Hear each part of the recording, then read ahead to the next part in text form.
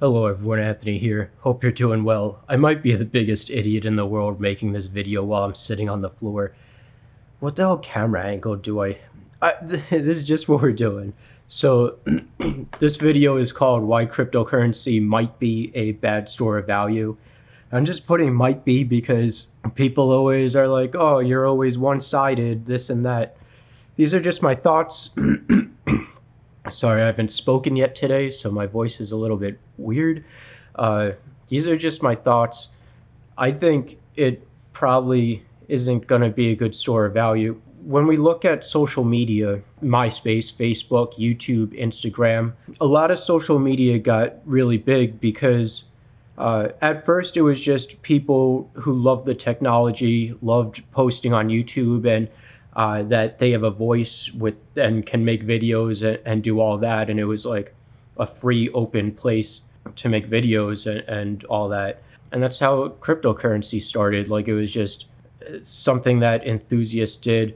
There was always a potential to make money with cryptocurrency. It was just like years down the line. Like, that's why I joined it, and that's why a lot of people started using cryptocurrency. So I also should say I've been involved in cryptocurrency since 2012. I was a Litecoin Association board member from 2013 to 2014. I mined Litecoin for a year and a half during that period. In October of 2015, I traded my Litecoin for Ethereum, and I still hold, I think I probably have less than half of the Ethereum from back then that I bought, but all of my investments are in Ethereum. I have like a half a Bitcoin, and I think someone gave me some Bitcoin Cash, like $50 worth a couple weeks ago. So that's my position. And also, when I look at cryptocurrencies, this doesn't have anything to do with this video, but when I look at cryptocurrencies, I look for places like, oh, I'm okay being invested in Ethereum now, but I look for the next big thing. That's my perspective when I look at cryptocurrencies, is like, do I need to move out of Ethereum? Is Ethereum failing that I need to move out? And that's why I traded my Litecoin for Ethereum, because I'm like, all right, Litecoin has had so much downside to it from all the time that I was invested. Nothing was really materializing with it. And then Ethereum popped up, which was just like a huge change in what everyone thought about cryptocurrency, because it incorporated the Turing complete programming language on top of blockchain. So then you can program smart contracts and actually have programmable money and all that stuff. So anyway, what I was getting at with social media is a big driver for new social media is when people start getting famous on it. Then that drives new people to use these platforms.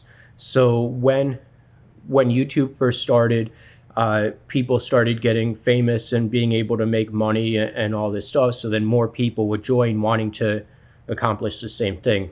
As that grew, well, the competition grew, and it became a lot harder for people to get famous on YouTube, because now you have, instead of me going on YouTube and only having like 10 people to choose from to watch, well, now there's like 10,000 people. There's like millions of people on YouTube, but that's just an example. So the space started being overcrowded, and I think that's when people were like, all right, well, screw YouTube. Well, Twitch came up. Twitch had like a whole live streaming thing. Twitch was like just live streaming, and still is just live streaming, and people focused on that. But with Facebook and Instagram and like Pinterest and Tumblr and all that, like, I see a lot of people. There was one interview I was watching, Luca Sabbat, and it was a Kerwin Frost interview. Don't ask me how I get involved in these like interviews that I don't know, but he was saying like, oh, people were like, oh, I'm gonna get famous on Facebook, like back years ago. He's like, well, screw this. There's no place for me in Facebook to get famous. I'm gonna move over to Instagram. So then he moved over to Instagram, started working that and getting popular on that, because it was such like a low user base that there was a opportunity for him there. So a big thing with technology and social media, is that when there's no opportunity or limited opportunity, there's a new platform that will pop up that kind of changes the game a little bit, like how Instagram was more photo focused and video focused, because Facebook, it was just like, oh, you just type your status, your text or whatever, and there was no like media. There wasn't like recording videos. You couldn't actually speak and use your voice and stuff like that. Of course, there were pictures on Facebook back then and whatever, but so Instagram changed everything, and with Instagram stories, and you could actually follow people's lives day to day and all that stuff. So how this all relates to cryptocurrency, what I'm thinking and what I see, is that when there's no opportunity to make money, or there's a perceived lack of opportunity to make money in cryptocurrency, people move on to the next big thing. And that's the same thing when I first got involved in cryptocurrency in December of 2012 is when I heavily started researching it, and I wanted to get involved in mining. And I was researching Bitcoin and all that, and I read and saw how the Bitcoin network was filled with ASICs and FPGAs, and that's the direction that the network was moving to. I was like a real big computer guy. I had a ton of experience with GPUs and overclocking GPUs and running systems and building computers and all that stuff. I could do GPUs. I'm not good at programming. I can't program an FPGA. And then if there were people selling code for FPGAs, I'm not a good code auditor to know that that code is great and isn't gonna like scam me and steal whatever profits I have. So FPGAs weren't for me in mining Bitcoin. And then with ASICs coming about, it was all these new companies, and it was like months wait delays, and you would have to do pre-orders, and you didn't know if or when you were getting your ASIC in. And meanwhile, all this time, the Bitcoin difficulty is ramping up. So the longer that your pre-order goes on and you don't get your ASIC, the less money you make. Because say you order your ASIC, and you're expected to make like, I don't know, $50 a day. Well, and then it takes like a year to get your ASIC. Well, in that year, more people are joining onto the Bitcoin network, making the difficulty go up. So then it's harder for you to mine because there's more people on the network. So now instead of $50 a day, you'll just be making, I don't know, like $5 a day. Usually like, it was so crazy, like much less than that. So I didn't see an opportunity in Bitcoin. And that's when I got attracted to Litecoin. And Litecoin's big thing was like, oh, 4 times faster than Ethereum, or 4 times faster than Bitcoin. Confirmations happen 4 times faster. So instead of 10-minute confirmations, 2.5-minute confirmations.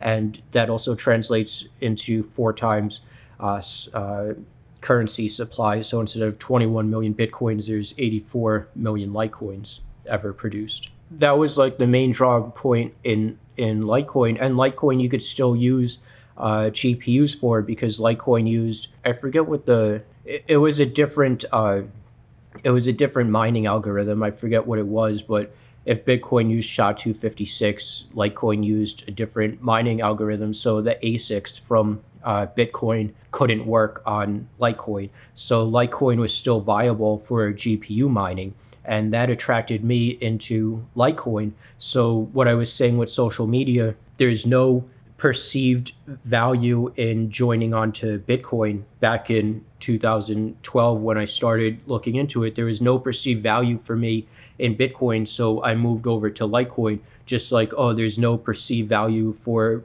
or there's too much competition in Bitcoin. Then I moved on to Litecoin. So there's too much competition in YouTube. People move on to Twitch or Instagram or whatever to get famous and to make money. So basically, to get to the bottom of it, to get to my main point, that's why I think cryptocurrency isn't going to be a solid and stable store of value, just like how YouTube isn't a stable store of wealth and fame for people. Cryptocurrency, there's always like a new technology that pops up that you have to move on to that would gain the market share. And I do think if people chose to ride those waves, like, YouTube is getting overcrowded, Instagram's finally popping up, I'll move over from YouTube onto Instagram, then they can keep building their fame and popularity. Just like how people with cryptocurrency, like, Ethereum is getting like too mainstream and too like there's too much competition for me, and there's a lack of perceived value, or a lack of perceived opportunity for me in Ethereum. Well, then that's when the things like Cardano and Polkadot come into play, because then people start joining onto those. So if that's the thing with cryptocurrency, is that it's going to follow social media, where people just move on to the next big thing, well, then Ethereum's not going to be a solid store of value, because people are just going to move on to the next big thing. Just like with social media, people moved on from MySpace to Facebook. People moved on from Facebook to Instagram and whatever. Now, I don't know how realistic my thoughts are, or whatever, because YouTube is still the #1 place to go for video when you want to record videos, edit videos, and upload videos. YouTube is still the #1 place to go when you want to do that. Things like BitChute and whatever, there hasn't been a solid, viable competitor to YouTube. So, and then Twitch, there hasn't been a solid, viable competitor to Twitch when you want to just live stream and you want to just watch people live stream. YouTube's live streaming is pretty good. I like it. I don't do it that much because I don't have a good setup for live streaming. But if you just want to share photos, you have Instagram. So and I don't know what's going to happen in the future, but there's always the chance that a new technology will come by that will disrupt the current technology. So there's always a chance for Ethereum to be put out of place. There's always a chance for, say, Ethereum is like the main currency, the world currency. Well, there's always a chance that a new technology will take over, and then, well, your store of value is kind of wiped out because there's a new technology.